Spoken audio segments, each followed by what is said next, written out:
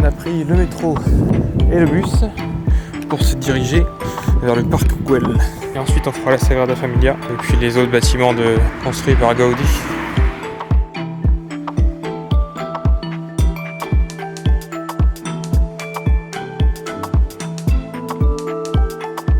On dirait vraiment un truc de... Il est allé dans une déchetterie, il a pris tout ce qu'il a trouvé, il a foutu ça comme ça.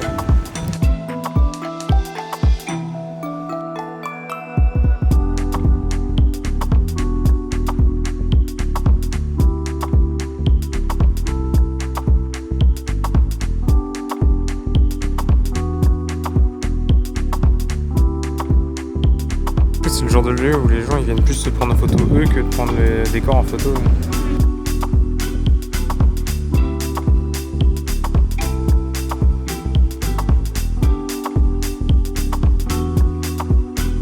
On est arrivé, il n'y avait pas trop de monde, mais là, genre une demi-heure après, à peine, c'est full.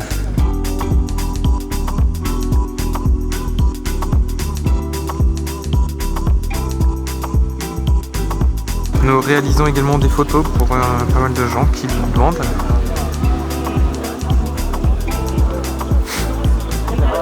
Souvent c'est à moi qu'on demande, pour une fois c'est elle.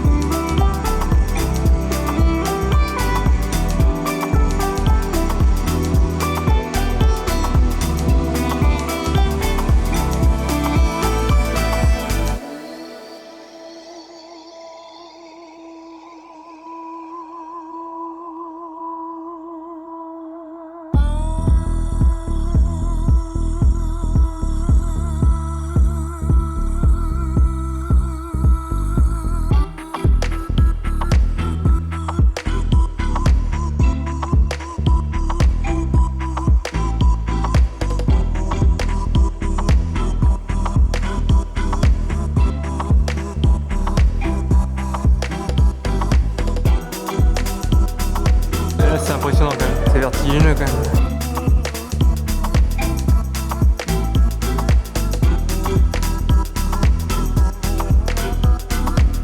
Oui, il y a vraiment un travail sur les lumières, c'est sûr. C'est ça le plus joli en fait, je trouve.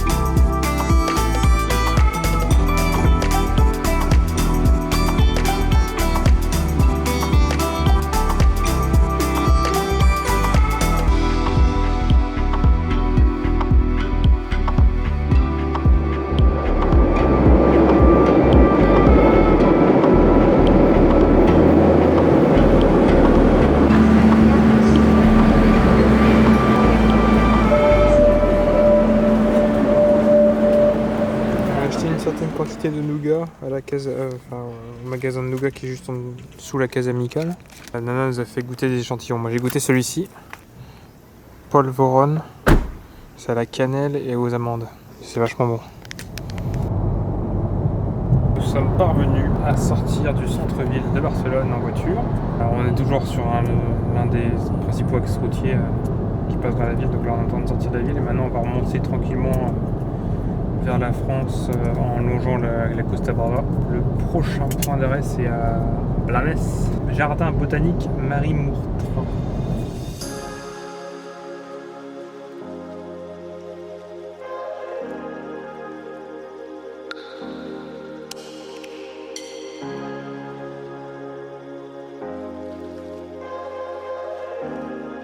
C'est apaisant, je trouve.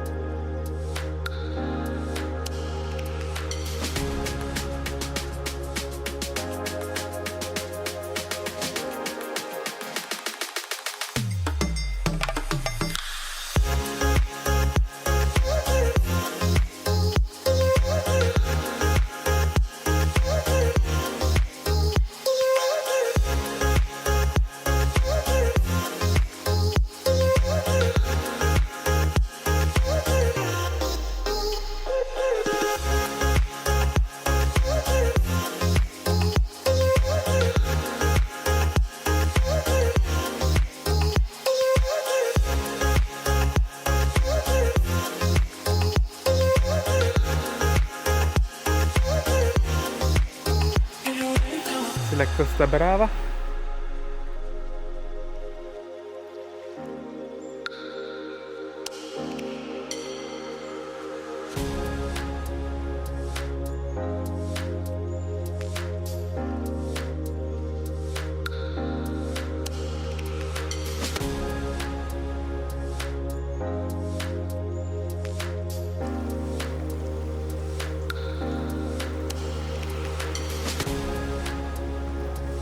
Là ça y est, on est vraiment sur la Costa Brava. Et là c'est un tout petit port de pêche, visiblement.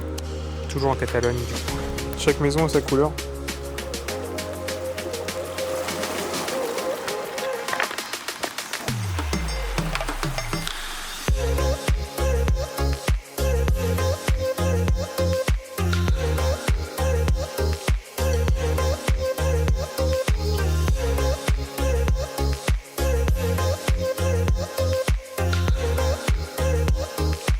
Dernier arrêt avant d'arriver à l'hôtel, Cala Satuna.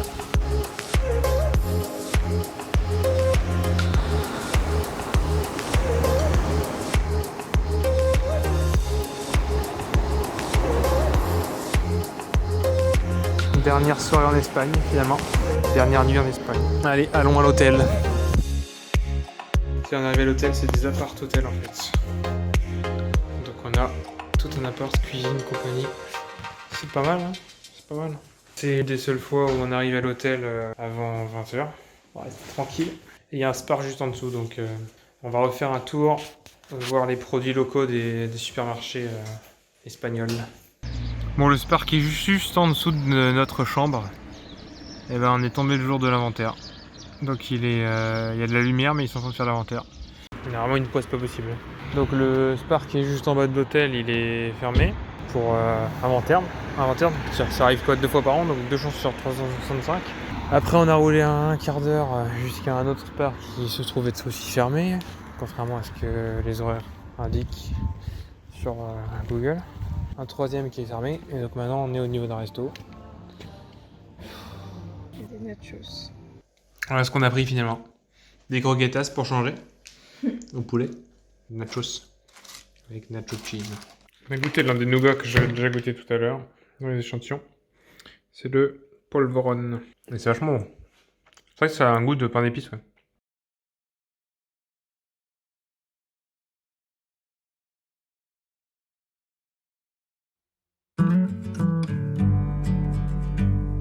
Dernier jour en Espagne. Et on est à Pals. Toujours dans le pays catalan.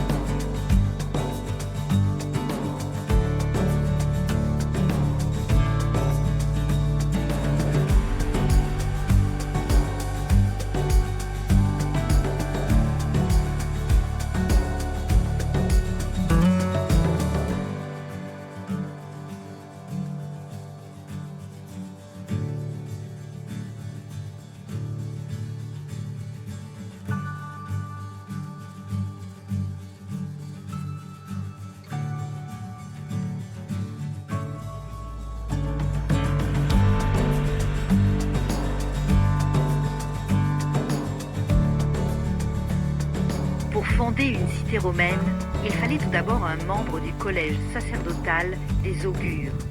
Quand les Romains voulaient savoir si les dieux considéraient l'un de leurs projets d'un bon œil, ils consultaient un augure. Plus l'entreprise était risquée, plus il convenait de s'assurer que les dieux étaient de leur côté. Inutile de préciser que la fondation d'une ville s'inscrivait dans la catégorie des projets les plus cruciaux. Mais le plus étonnant n'est pas là. Comment faisait l'augure pour interpréter la volonté divine? Eh bien, il observait le vol des oiseaux.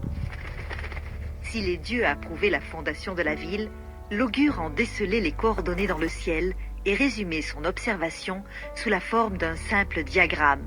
Il traçait un cercle qu'il divisait en 4 parties égales.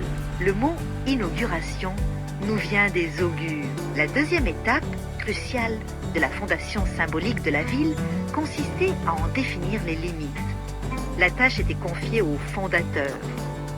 À partir du cercle tracé par l'augure, naissait un rectangle d'une superficie de plusieurs hectares.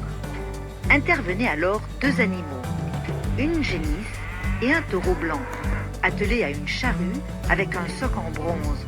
Au quotidien, on utilisait déjà des socs en fer, mais le bronze venait rappeler le caractère immémorial de ce rituel. Le fondateur guidait les 2 animaux qui, tirant la charrue, traçaient dans le sol un sillon sacré. Ce sillon délimitait le périmètre de la ville que nul ne pouvait franchir sous peine de porter gravement atteinte à la prospérité du lieu, une faute que l'on payait de sa vie.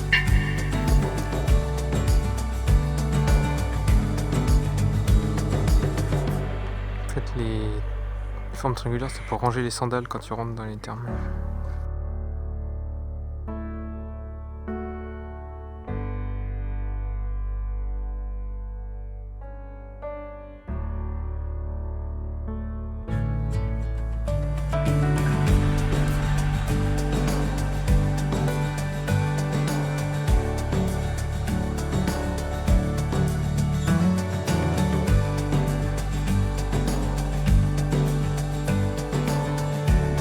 C'est la Costa Brava.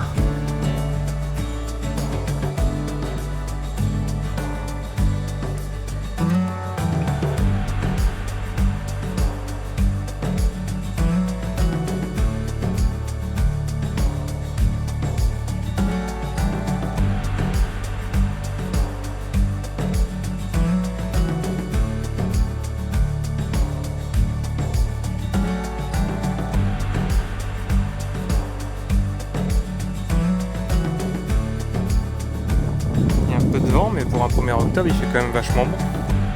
Ah, elle est bien turquoise l'eau là.